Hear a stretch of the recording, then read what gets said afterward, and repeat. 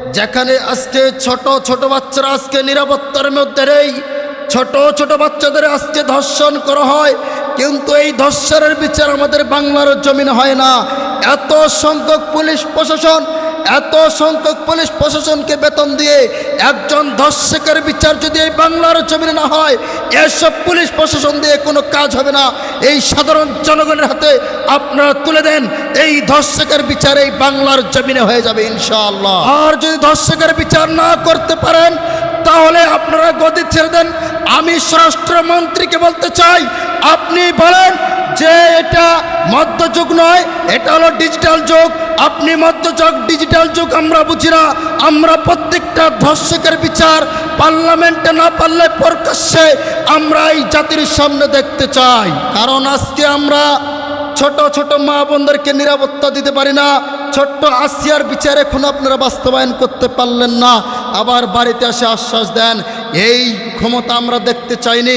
আপনি প্রধানমন্ত্রীর জায়গায় থাকেন, আপনি স্বরাষ্ট্রমন্ত্রীর জায়গায় থাকেন, তবে আমাদের প্রত্যেকটি মা বোনের ইজ্জতের দাম দিতে হবে। যদি কোনো ধর্ষক, কোনো লুচ্চা আমার মা বোনদের উপরে সিংহের মতো লাফিয়ে পড়ে, তাকে এই জমিনেই হত্যা করতে হবে, নচেত এরা এই বাংলার জমিন থেকে ধর্ষক পিছু করার কখনো সম্ভব নয়। আজকে কোরআন যতক্ষণ পর্যন্ত পার্লামেন্টে যাবে না, কোরআন যতক্ষণ পর্যন্ত এই কোরআন দিয়ে যতক্ষণ পর্যন্ত ধর্ষকের বিচার বাস্তবায়ন করা হবে না, ততক্ষণ পর্যন্ত এই বাংলার জমিন থেকে ধর্ষণ নামক মহামারী কখনো ছুটানো সম্ভব হবে না। কারণ দেখেন, আল্লাহ রব্বুল আলামিন বলছেন যে ধর্ষক, যে ধর্ষণ করবে, কোরআনের আইন হলো অবিবাহিত ছেলে যদি কোনো নারীকে ধর্ষণ করে তাহলে তাকে 100 বেতের আঘাত করতে হবে। তাকে 100 বেতের আঘাত করতে করতে যদি 90 আঘাত পড়ার পরে সে মৃত্যুবরণ করে, বাকি 10 বেতের আঘাত তার কবরের মধ্যে আঘাত করতে হবে। এটাই হলো কোরআনের আইন। আজকে কোরআনের আইন সংশোধন হয়, আজকে কোরআনের আইন বাস্তবায়ন হয় না বলে আজকে আমাদের মা বোনের ইজ্জত সঠিক জায়গায় থাকে না। কোনো বিবাহিত পুরুষ যদি কোনো মেয়েকে ধর্ষণ করে তাহলে কোরআনের আইন হলো তাকে প্রকাশ্যে দিবালোকে তাকে গর্ত খুঁড়ে অর্ধেক শরীর পুঁতে দিয়ে তাকে পাথর মেরে হত্যা করতে হবে। কিন্তু এই যুগে আজকে কোরআন নেই, কোরআন দিয়ে বাস্তবায়ন দেশ হচ্ছে না। এই জন্য আমাদের মা বোনের ইজ্জতের কোনো দাম হয় না।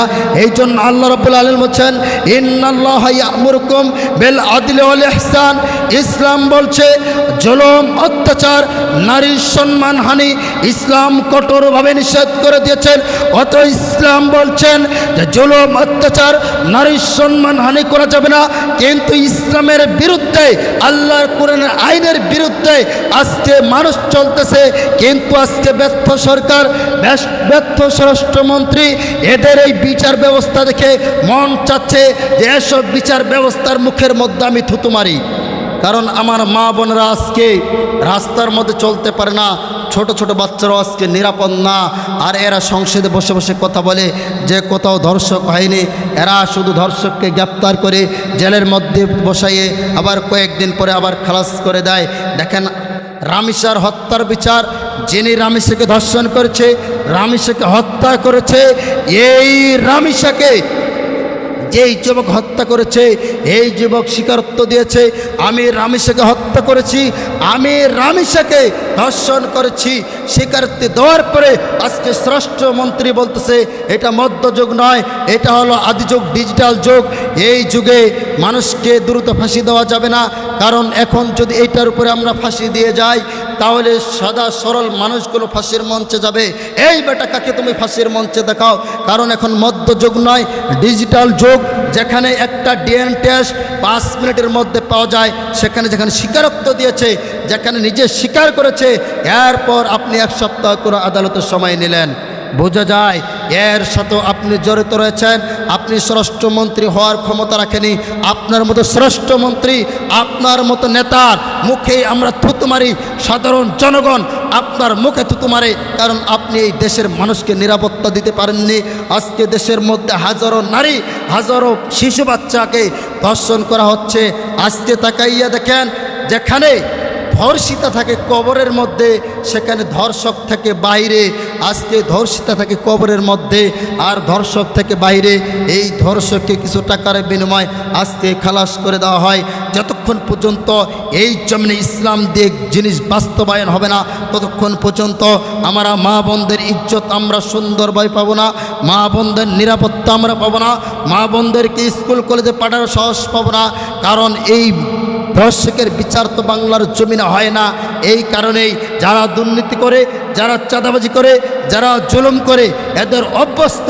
আমাদের তো বিচার হবে না, আমরা এটা করলে কি হবে? আর যদি কোরআন দিয়ে একটা বিচার বাস্তবায়ন হতো, তাহলে এই বাংলার জমিনে কোনো দিন কোনো মেয়ে ধর্ষণ হতো না। কথা বলেন ঠিক কিনা? কিন্তু আজকে মা বোনদের ধর্ষণ হয়। আজকে পার্লামেন্টে আপনি একটা প্রকাশ্য মানুষকে আপনি ফাঁসির রায় দিয়ে দেন, একদম ফাঁসি দিয়ে দেন, দেখবেন যে একদিন পরেই দেখবেন যে ধর্ষক এমনিই কমে যাবে। আপনি যদি 5টা বিচার এভাবে বাস্তবায়ন করেন, দেখবেন কোনো মেয়ে আর ধর্ষিত হবে না, কোনো মা বাবার কল আর খালি করতে হবে না, কোনো মা বাবাকে আর কান্নাকাটি করতে হবে না, দেখবেন এমনিই ঠিক হয়ে যাবে। এই জন্য মাননীয় স্বরাষ্ট্রমন্ত্রী, মাননীয় প্রধানমন্ত্রীকে বলতে চাই, আপনি আপনার জায়গা থেকে কোরআনের ভূমিকা পালন করেন। আর যদি কোরআন অনুযায়ী দেশ না চালাইতে পারেন, তাহলে আপনি এই দেশ ত্যাগ করেন। আপনি এই দেশ চালাইতে যদি আপনি অক্ষম হয়ে যান, জাতির সামনে আপনি প্রকাশ্য এসে আপনি জাতির সামনে ক্ষমা নিয়ে আপনি এই রাস্তা ছেড়ে দেন, এটাই হবে উত্তম। এই জন্য সম্মানিত ভাইরা আমার, আমাদেরকে রুখে দাঁড়াতে হবে। যেখানেই ধর্ষক পাবেন, আগে সর্বপ্রথম প্রশাসনের হাতে না দিয়ে আপনার নিজেই বিচারটা করে দেবেন, দেখবেন এমনি ধর্ষণ এমনি কমে যাবে।